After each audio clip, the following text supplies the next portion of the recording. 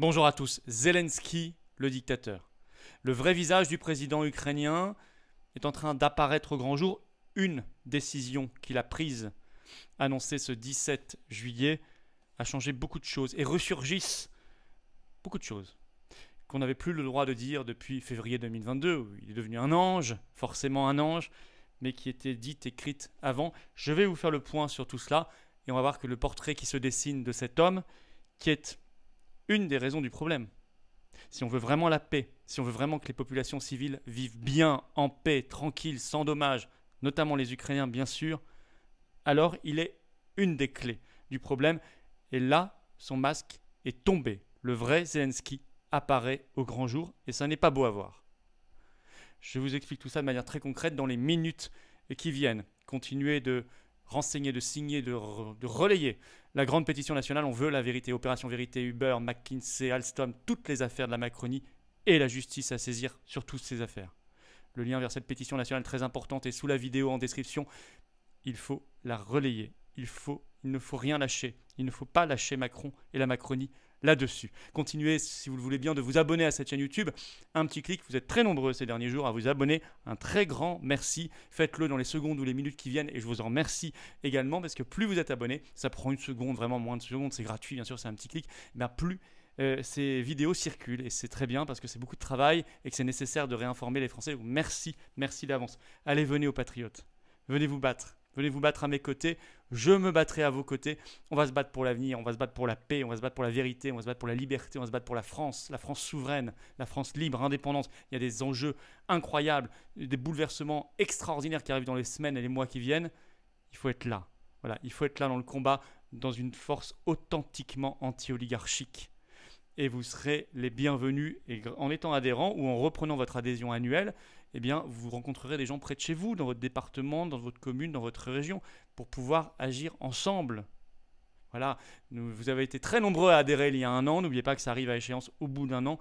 N'hésitez pas, n'oubliez pas de réadhérer. Alors le lien pour adhérer ou réadhérer aux Patriotes, c'est le même lien. Il est sous la vidéo en description. Il est également en commentaire épinglé dans les dernières secondes de la vidéo en cliquant directement sur un lien sur l'écran. Sous la vidéo en description, il y a un deuxième lien juste en dessous pour faire un don de soutien aux Patriotes. C'est vital là aussi. On n'a aucun soutien public en 2022, aucun financement bancaire. Or, nous avons les législatives à rembourser et nous faisons plein de choses et nous allons faire plein de choses. On va mettre la pression, on va prendre nos responsabilités, mais ça coûte très cher.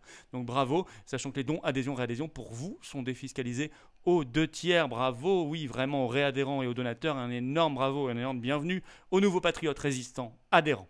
Alors, le visage d'un dictateur se dessine quand on regarde maintenant Zelensky, le président ukrainien.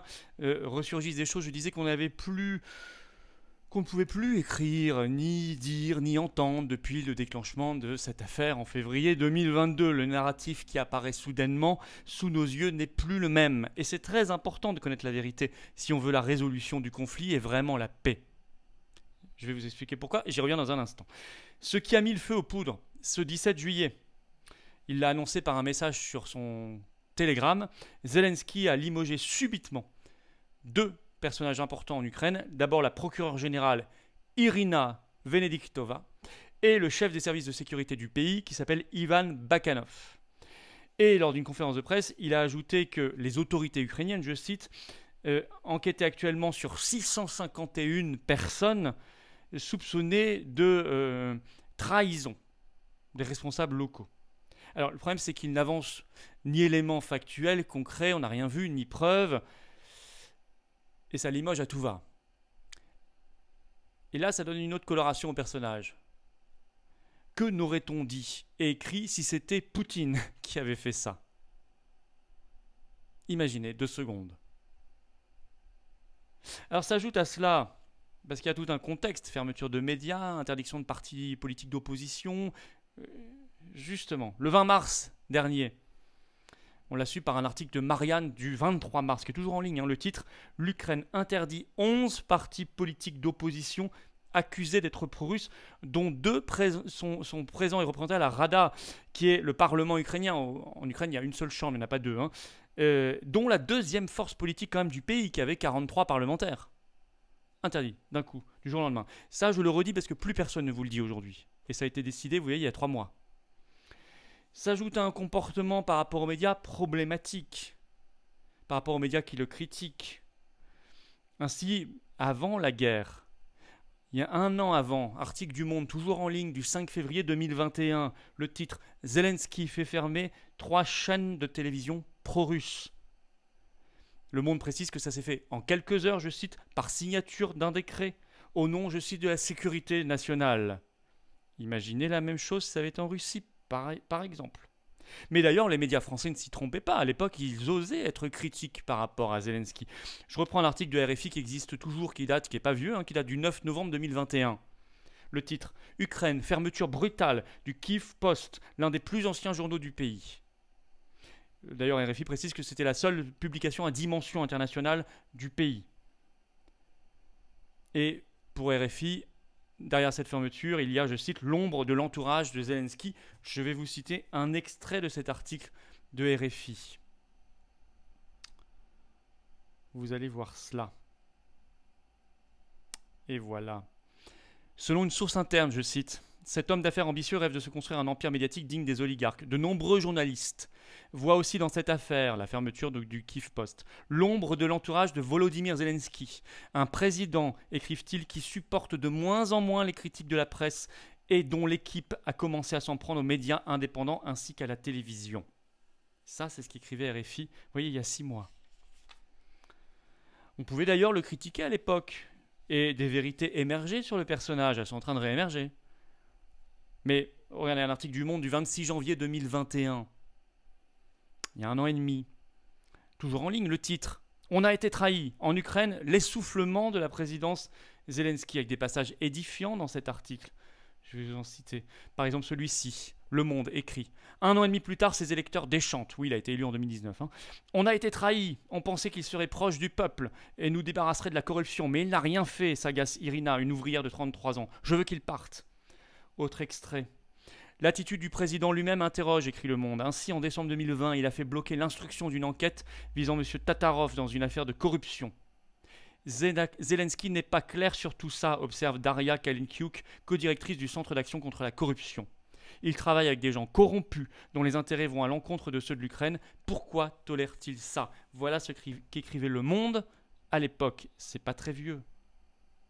D'ailleurs, il était aussi critiqué sur la dissolution du Parlement ukrainien qu'il a faite immédiatement après son élection en 2019. Il était critiqué par exemple par un grand journal allemand, le Frankfurter Allgemeine Zeitung, un des plus grands journaux allemands. Je cite à l'époque ce qu'écrit ce journal allemand. Si l'on ajoute la dissolution du Parlement voulue par Zelensky, discutable juridiquement, alors ses premiers jours de mandat ne présagent rien de bon. Fin de citation. Le pompon, j'ai envie de dire, c'est un très long portrait que lui avait consacré le journal du dimanche, très conventionnel, très conformiste. Long portrait qui est toujours en ligne, qui date du 25 février 2020. Le titre « Ambitieux, calculateur et brutal. Qui est vraiment le président ukrainien Volodymyr Zelensky ?»